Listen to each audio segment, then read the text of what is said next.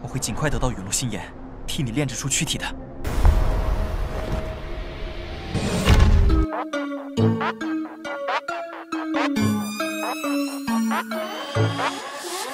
Halo guys, selamat datang kembali dalam pembahasan Battlethrough Defense versi novel. Gimana nih kabar kalian di tengah musim hujan? Tetap jaga kesehatannya biar bisa terus enjoy dengerin cerita kelanjutan Xiaoyan. Sebelum itu Mimin mau ngucapin terima kasih untuk nama-nama berikut ini.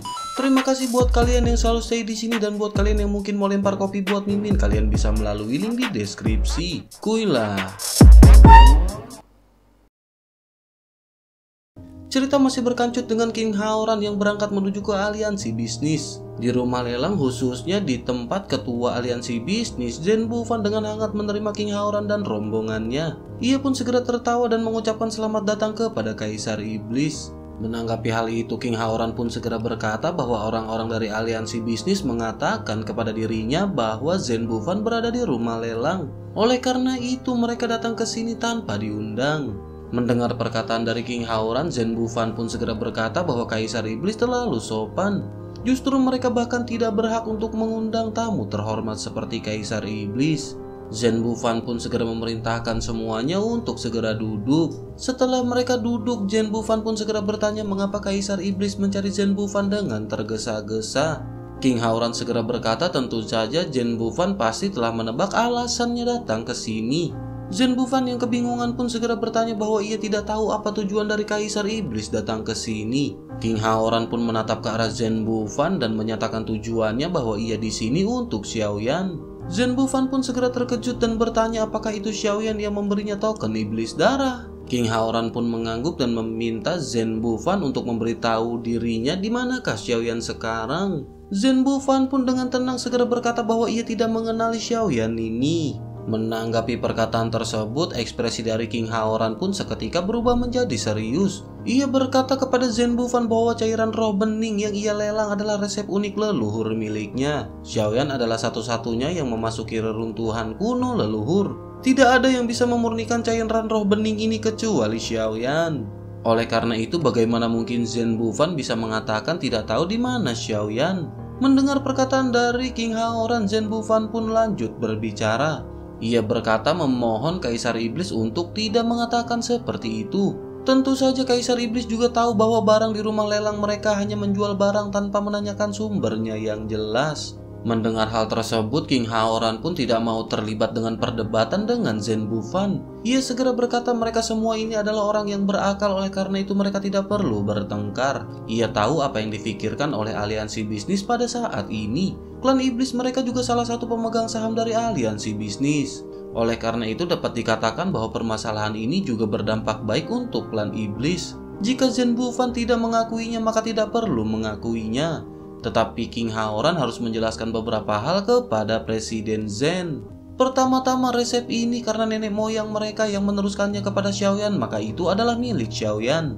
Oleh karena itu pada saat ini klan Iblis mereka tidak menginginkan resep tersebut. Yang kedua, King Haoran tidak peduli bagaimana aliansi bisnis ingin bekerja sama dengan Xiaoyan. Selama Xiaoyan mau, maka mereka bisa bekerja sama. Namun yang terpenting baginya adalah bahwa ia tidak ingin ada yang memaksa Xiaoyan melakukan sesuatu yang tidak ingin ia lakukan. Ia tidak ingin ada kecelakaan yang terjadi kepada Xiaoyan sekecil apapun. Mungkin Presiden tidak tahu bahwa Xiaoyan dan ia adalah saudara. Xiaoyan adalah anggota keluarga dari klan Iblis mereka, dan jika ia mendengar ada kecelakaan terhadap Xiaoyan, tidak peduli siapa itu, maka ia akan memasukkan nama ini ke daftar aliansi bisnisnya. Klan Iblisnya tidak akan pernah mati jika bertempur dengan aliansi bisnisnya. Zhen Bufan pun tersenyum kecut ketika ia mendengar perkataan tersebut. Pada saat yang sama ia berkata dengan sungguh-sungguh kepada King Haoran. Ia meminta Kaisar Iblis untuk jangan khawatir. Jika mereka memiliki berita tentang Xiaoyan, maka mereka akan melakukan yang terbaik untuk melindungi keselamatan dan keinginannya. Selain itu, ia juga meminta kepada Kaisar Iblis untuk jangan menyakiti orang-orang mereka. King Haoran pun menatap Zhen Bufan untuk waktu yang lama. Ia pun diam-diam mengangguk, berdiri, mengulurkan tangannya dan mengguncang Zhen Bufan dengan kuat dan mengucapkan selamat tinggal. Begitu King Haoran pergi, Zhen Bufan pun segera memanggil Zhenny dan Li Shaolong. Zhen Bufan pun segera berkata kepada keduanya bahwa sekarang semua pasukan menargetkan Xiaoyan. Pada saat ini aliansi bisnis berada di bawah banyak tekanan dan bagaimana menurut pandangan mereka. Li Shaolong pun akhirnya mulai berbicara dengan suara yang rendah. Ia berkata bagaimana bisa begitu merepotkan dan bunuh saja ia secara langsung. Dengan begitu Zhen Bufan akan mendapatkan semua resep dari Kaisar Iblis tua itu dan mungkin ia akan mendapatkan banyak harta langka. Menanggapi hal itu Zhen Bufan pun menggelengkan kelapanya dan berkata bahwa Kaisar Iblis King Haoran sudah mencarinya sekarang. Jika terjadi kecelakaan kepada Xiaoyan maka ras iblis akan menghancurkan aliansi bisnis. Di sisi lain Zeni pun segera berkata dengan lembut dan menggosok wajah kecilnya dengan jari-jarinya yang cantik. Ia berkata mari mereka berbicara langsung dengan Xiaoyan dan berharap ia bisa bekerja sama dengan mereka. Li Shaolong tidak setuju dengan saran Zeni ini. Ia berkata sepertinya Xiaoyan tidak akan setuju dengan saran tersebut. Zeni pun masih bersikeras untuk berbicara dan berkata mari mereka menjelaskan dengan jelas kepadanya taruhannya dan situasinya pada saat ini. Zeni berpikir Xiaoyan pasti akan mempertimbangkannya. Li Shaolong masih merasa bahwa berbicara tidak akan berhasil dengan Xiaoyan. Ia berkata apakah menurut Zeni Xiaoyan ini bisa mempercayainya. Selain itu Xiaoyan ini memiliki kakak laki-laki seperti Kaisar Iblis. Zhen Bufan pun duduk di kursi ketika ia mendengarkan kata-kata Li Shaolong yang berdebat dengan Zeni. Matanya terus berkedip seolah-olah ia telah mendapatkan inspirasi dan pemikirannya. Tak lama ia pun segera berkata bahwa Li Shaolong telah mengingatkannya. Mari mereka berbicara sesuai dengan apa yang dikatakan oleh Zeni. Tetapi mereka tidak bisa melakukan hal itu pada saat ini juga. Setelah mengatakan hal tersebut, Zhen Bufan pun segera bertanya bukankah akan ada pertemuan alkemis yang diadakan.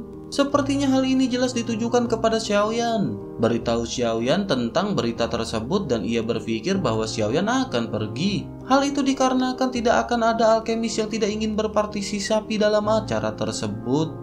Menanggapi hal itu Li Shaolong pun segera berkata bahwa itu adalah ide yang bagus. Tetapi ia khawatir bagaimana jika kondisi Xiaoyan terlalu tinggi.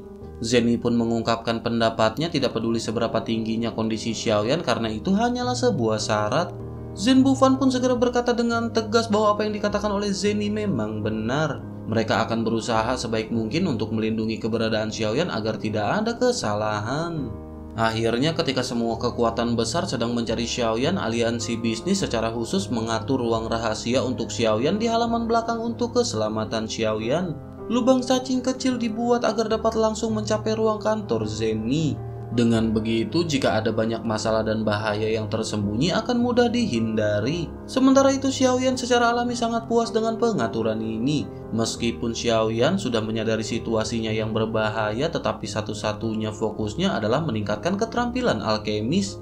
Oleh karena itu, Xiaoyan sama sekali mengabaikan segala sesuatu yang berada di luar. Xiaoyan tenggelam dalam pemurnian pil dan obat-obatan di ruang yang telah diatur khusus oleh aliansi bisnis. Setelah memurnikan satu batch itu akan dilelang di rumah lelang, kemudian disempurnakan dan kemudian dilelang. Long Yi pun terus melahap pil lightning dan kekuatannya meningkat dengan cepat pada saat ini. Selama periode ini Xiaoyan juga sesekali mengumpulkan bahan-bahan obat langka. Setengah tahun pun berlalu dalam sekejap mata di tengah pemurnian Xiaoyan yang sangat intens. Di halaman yang sunyi gelombang energi meraung keluar dari kamar Xiaoyan. Pepohonan serta dedaunan di luar ruangan rusak dan layu pada saat ini. Xiaoyan menyeka keringat di dahinya dan dengan enggan menatap abu di kuali obat. Xiaoyan pun bergumam bahwa ini adalah langkah terakhir dan mengapa ia tidak pernah berhasil. Sepertinya Xiaoyan masih memiliki beberapa kekurangan. Sementara itu pertemuan alkemis akan segera diadakan dan tentu saja akan ada banyak alkemis top yang berkumpul di sana. Xiaoyan benar-benar ingin untuk datang ke sana. Singkat cerita, setelah Xiaoyan menyerahkan pil obat yang sudah ia murnikan untuk Zeni, Zeni pun segera bertanya kepada Xiaoyan. Ia pun segera berkata bahwa pertemuan alkemis akan diadakan dan apakah Tuan Suang berencana untuk pergi. Xiaoyan pun mengangguk setelah mendengar perkataan Zeni sebelum akhirnya Zeni segera menyodorkan undangan. Zeni pun lanjut bertanya apakah Tuan ingin pergi bersama mereka. Xiaoyan pun secara alami bersedia dan berkata jika begitu maka ia akan merepotkan Nona Zeni.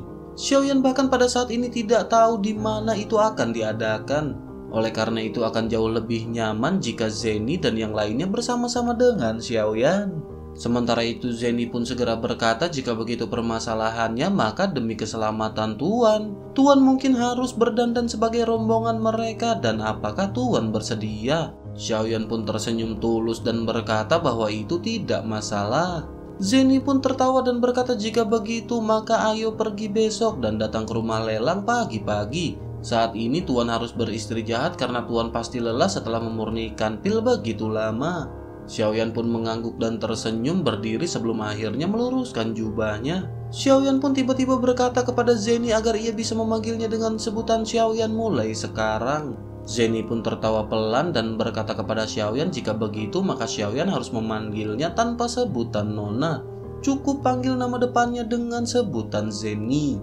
Xiaoyan pun mengangguk mengucapkan selamat tinggal dengan hormat dan pergi melalui lubang cacing kecil ke dalam ruangan. Zenny melihat belakang Xiaoyan yang menghilang di dalam lubang cacing. Wajahnya memerah karena tersipu dan ia tidak bisa menahan diri untuk menggumamkan nama Xiaoyan. Singkat cerita hari pun berganti dengan Xiaoyan yang bangun pagi-pagi dan setelah menjalankan seni darah, Xiaoyan pun langsung pergi ke ruang kantor Zenny di mana Xiaoyan telah ditunggu. Melihat Xiaoyan yang datang, Zenny pun segera mengajak mereka semua untuk segera pergi. Segera mereka bertiga pun berjalan keluar ruangan dan Li Shaolong segera membuka pintu memperlihatkan lubang cacing gelap. Zenny pun segera melangkah masuk dan berkata bahwa ini adalah lubang cacing yang langsung mengarah ke kota pil. Xiaoyan pun segera mengikuti hingga akhirnya mereka pun tersedot dan sampai di tempat tujuan. Singkat cerita Xiaoyan dan yang lainnya pun telah sampai dan terbang di langit menuju ke kota. Mereka pada saat ini terbang menuju ke tempat pendaftaran yang tersebar di semua arah di kota. Zenny menatap mata Xiaoyan yang terkunci pada situs pendaftaran. Ia pun tersenyum dan berkata agar Xiaoyan tidak perlu khawatir. Mereka telah mengatur seseorang untuk mendaftarkan Xiaoyan. Xiaoyan pun menatap dengan penuh terima kasih kepada Zenny. Akhirnya Xiaoyan, Zenny dan Li Shaolong pun mendarat perlahan dan Zenny segera berjalan di depan. Penampilan dari Zenny segera menarik perhatian yang tak terhitung jumlahnya dimanapun ia berada. Sementara itu ini adalah kedua kalinya Xiaoyan datang ke tempat ini. Namun kali ini perasaannya benar-benar berbeda dari yang terakhir kalinya. Pada saat ini Xiaoyan melihat deretan barang yang mempesona. Meskipun Xiaoyan tidak tertarik namun ia masih memilih beberapa perhiasan. Xiaoyan secara alami berpikir bahwa ia akan membeli ini untuk Xiaoqi. Melihat perhiasan yang indah ini, penampilan Sun Er dan Cailin pun akhirnya muncul di benak Xiaoyan. Sementara itu Zenny yang melihat Xiaoyan pun segera berbicara. Zenny berkata apakah Xiaoyan ingin membeli perhiasan ini untuk adiknya. Xiaoyan pun langsung tersipu setelah mendengar perkataan Zenny. Melihat tatapan malu Xiaoyan, Zenny pun akhirnya tertawa. Tak lama setelah itu mereka pun bertiga berkeliaran tanpa tujuan di kota ini sambil mengobrol. Setengah hari pun telah berlalu dan mereka mengobrol tentang peraturan kompetisi ini. Ada dua jenis kompetisi yang diadakan di Festival Alkemis. Yang pertama adalah kontes pemilihan calon alkemis. Semua alkemis yang telah berada di benua Doki kurang dari 500 tahun dan berada di atas peringkat kedua dan di bawah peringkat keempat dapat berpartisipasi. Terus terang ini dapat digambarkan sebagai kompetisi untuk memilih bakat. Sementara itu yang kedua adalah kompetisi yang paling menarik yaitu kompetisi Yaozun. Kompetisi Yaozun memiliki sistem kompetisi yang sama dengan kompetisi pemilihan calon. Tetapi ini menyatukan para alkemis top di seluruh benua Dodi. Hampir semua alkemis top di daratan akan menunjukkan kemampuan mereka dalam kompetisi dan menunjukkan keterampilan alkemis mereka yang luar binasa. Karena kompetisi Yaozun inilah pertemuan agung Pil Palace ini memiliki daya tarik dan pengaruh yang begitu besar. Selain itu karena uji coba pemula, acara ini dapat memperkenalkan banyak darah segar. Hal itulah yang akhirnya membuat acara ini dapat terus berkembang.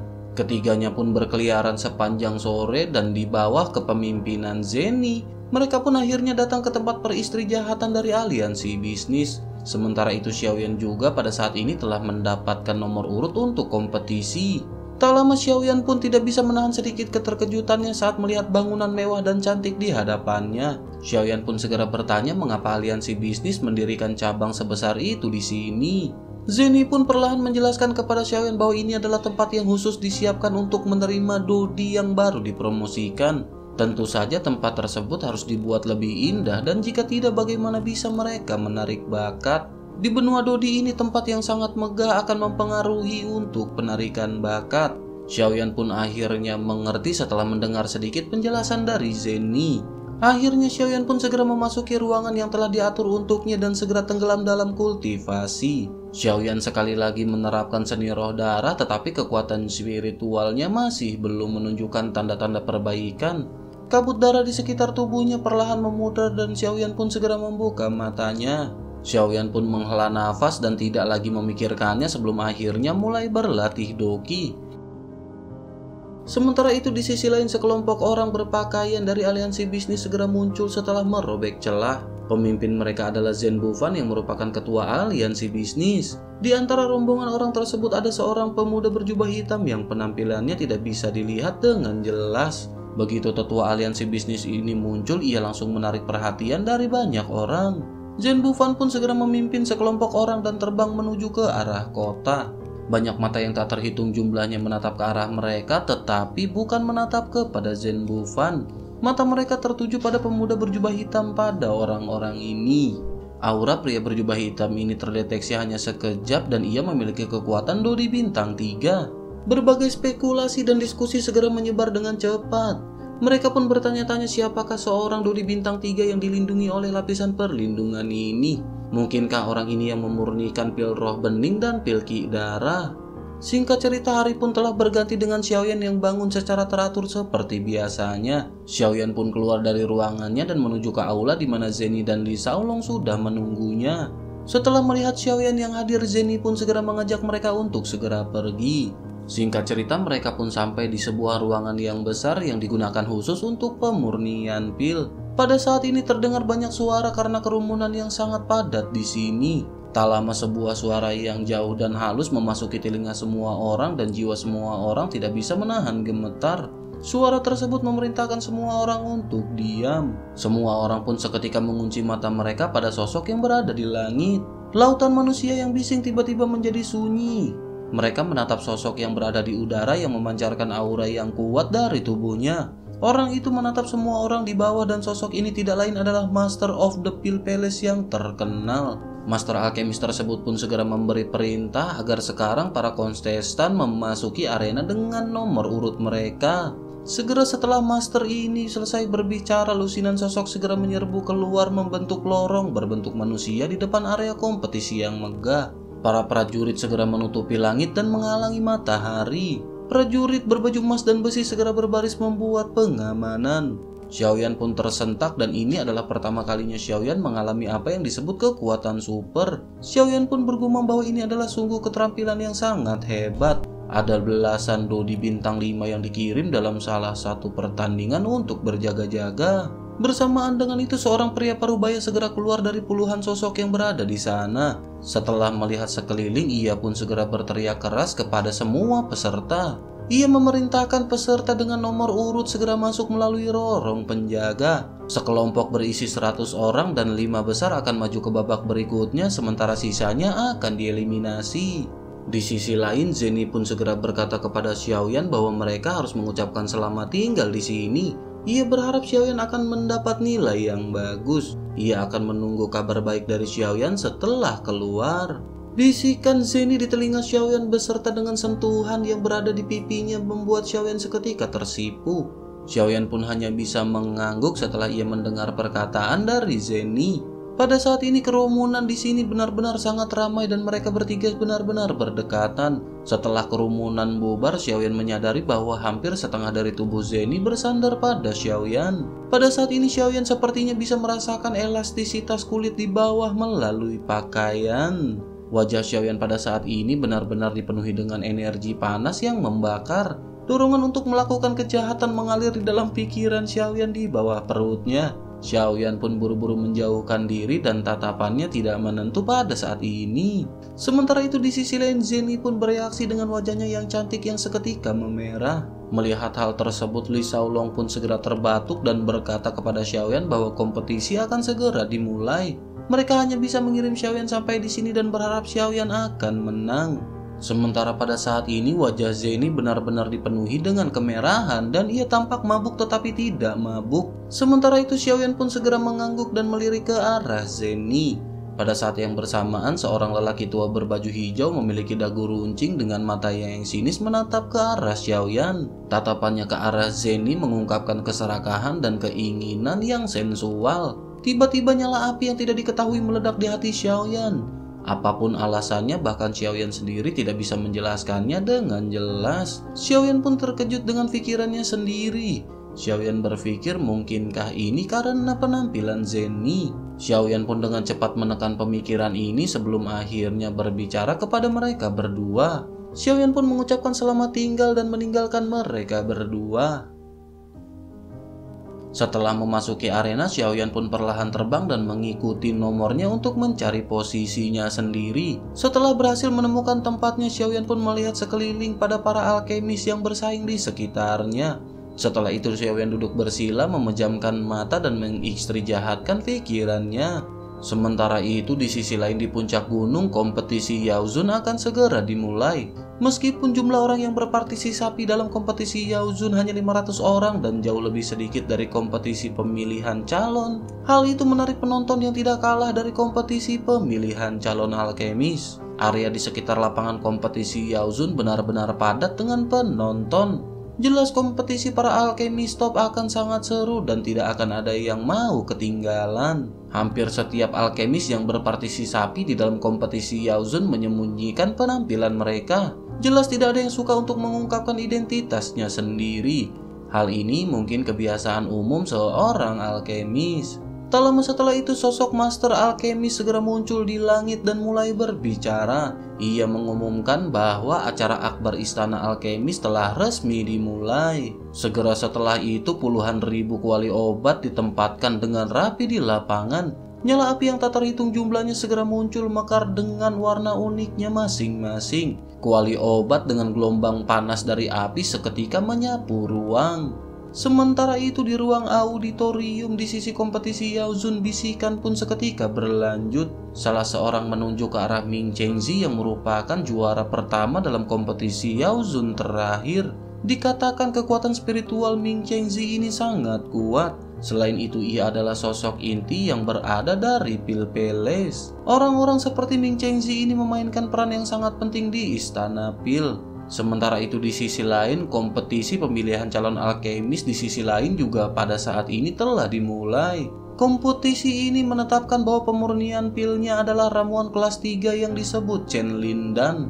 Ini merupakan ramuan bergizi yang sangat umum yang cocok untuk menyehatkan tubuh dan darah. Namun ramuan semacam ini juga merupakan tantangan yang sangat sulit bagi para alkemis yang baru saja datang ke benua Dodi. Konferensi pada saat ini telah menyiapkan 3 set bahan obat mujarab untuk para kontestan. Jika ketiga bahan obat ini gagal disempurnakan, maka kompetisi mereka akan berakhir di sini. Sementara itu Xiaoyan masih duduk bersila dengan kualianmu yang berada di hadapannya dan memulai memurnikan obat. Bersamaan dengan itu Xiaoyan melihat seseorang alkemis di sampingnya dengan topi yang sangat besar. Xiaoyan menyadari orang ini tidak bergerak dan tidak memurnikan pil obat sama sekali dan tampak seperti memikirkan sesuatu. Xiaoyan pun akhirnya dengan hati-hati merenungkan resep pil Chengling ini. Ramuan kelas 3 Kaisar jelas merupakan tantangan besar bagi Xiaoyan yang tidak pernah berhasil memperbaikinya. Setelah beberapa saat merenung, Xiaoyan pun akhirnya mulai memurnikan pil. Xiaoyan pun segera menjentikan jarinya dan 2 warna api segera melonjak masuk ke dalam kualianmu. Xiaoyan pun melemparkan bahan obat ke dalam api dan bersamaan dengan itu Tatoklan segera muncul di dahinya. Kekuatan spiritual Xiaoyan segera tersapu menutupi seluruh kuali obat dan bahan obat. Sementara itu orang bertopi besar di samping Xiaoyan segera menyipitkan matanya ke arah Xiaoyan yang sudah mulai memurnikan. Akhirnya sosok itu pun segera memulai memurnikan pil obat bersamaan dengan Xiaoyan. Waktu pun berlalu setiap menit dan setiap detik di platform tinggi ini. Tokoh-tokoh penting dari semua kekuatan besar menonton pertandingan dengan penuh minat.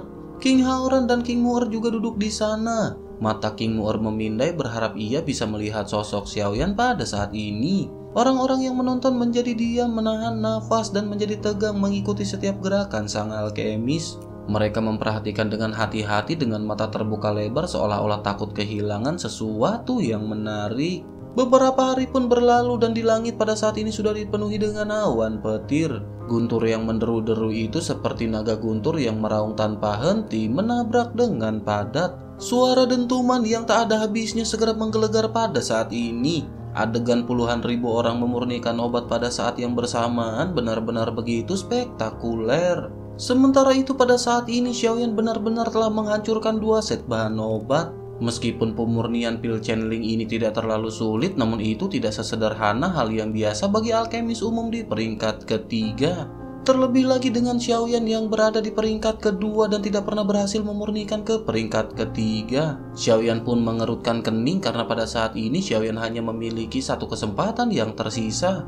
Xiaoyan terus memutar ulang setiap langkah di proses pemurnian di benaknya. Namun ia sepertinya tidak menemukan kekurangan, tetapi mengapa Xiaoyan tidak bisa melewati tahap akhir? Merasa sangat tertekan di dalam hatinya, Xiaoyan pun menggelengkan kelapanya. Matanya menyapu dengan santai dan ia berhenti pada orang yang memakai topi besar di samping Xiaoyan. Ramuan dalam botol batu giok di sampingnya memancarkan ramuan kuat yang baru saja terbentuk. Xiaoyan sangat aneh melihat sosok ini karena ia telah berhasil menyempurnakannya, tetapi ia masih terus menyempurnakannya. Mungkinkah ia tidak puas dengan kualitas obat yang sebelumnya ia sempurnakan? Setelah sedikit memperhatikan, Xiaoyan melihat bahwa pria ini sangat ahli dalam tekniknya. Bahan obatnya seperti makhluk hidup yang berada di tangannya dan memungkinkan ia untuk memanipulasi. Selain itu, apa yang dipancarkan adalah nafas iblis dan jelas ia merupakan anggota dari klan iblis. Kuali obatnya juga adalah kuali obat yang sangat biasa dan nyala api di kuali obat hanyalah api hewan biasa. Xiaoyan pun dengan hati-hati mengamati dan berharap menemukan beberapa trik dari pria tersebut. Setelah mengamati dengan hati-hati untuk beberapa saat, Xiaoyan terkejut menemukan bahwa teknik orang ini benar-benar sangat aneh.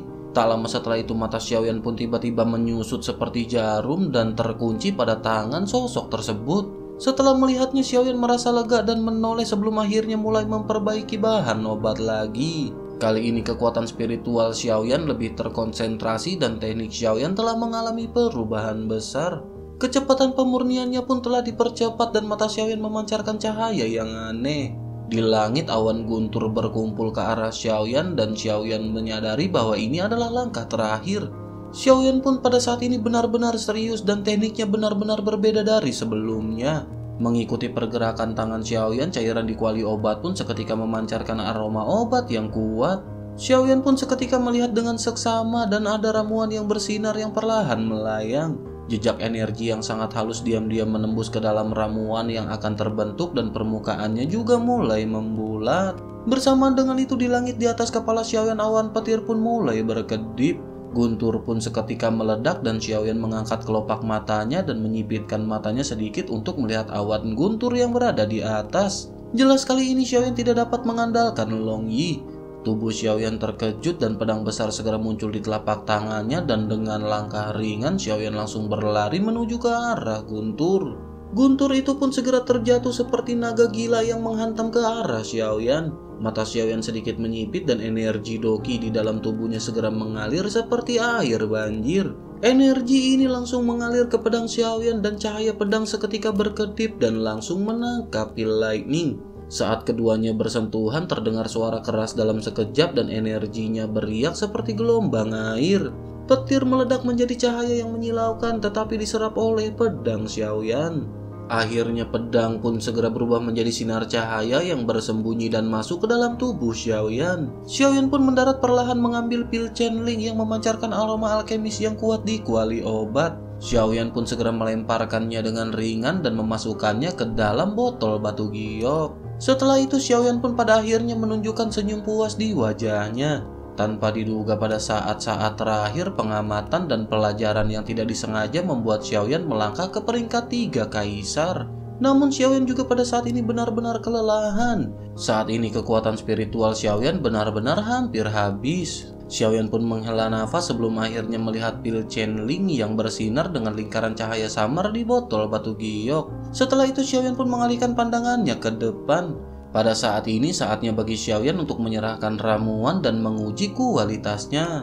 Dengan lambaian telapak tangannya, Xiaoyan pun segera memasukkan kualianmu ke dalam cincin penyimpanannya dan terbang ke depan. Setelah pengujian kualitas, Xiaoyan pun dapat memasuki putaran kedua kompetisi sebagai peringkat kelima di dalam grup. Di sisi lain, orang yang memakai topi besar adalah orang peringkat pertama di dalam grup Xiaoyan ini. Xiaoyan pun melemparkan pandangan bersyukur kepada pria tersebut.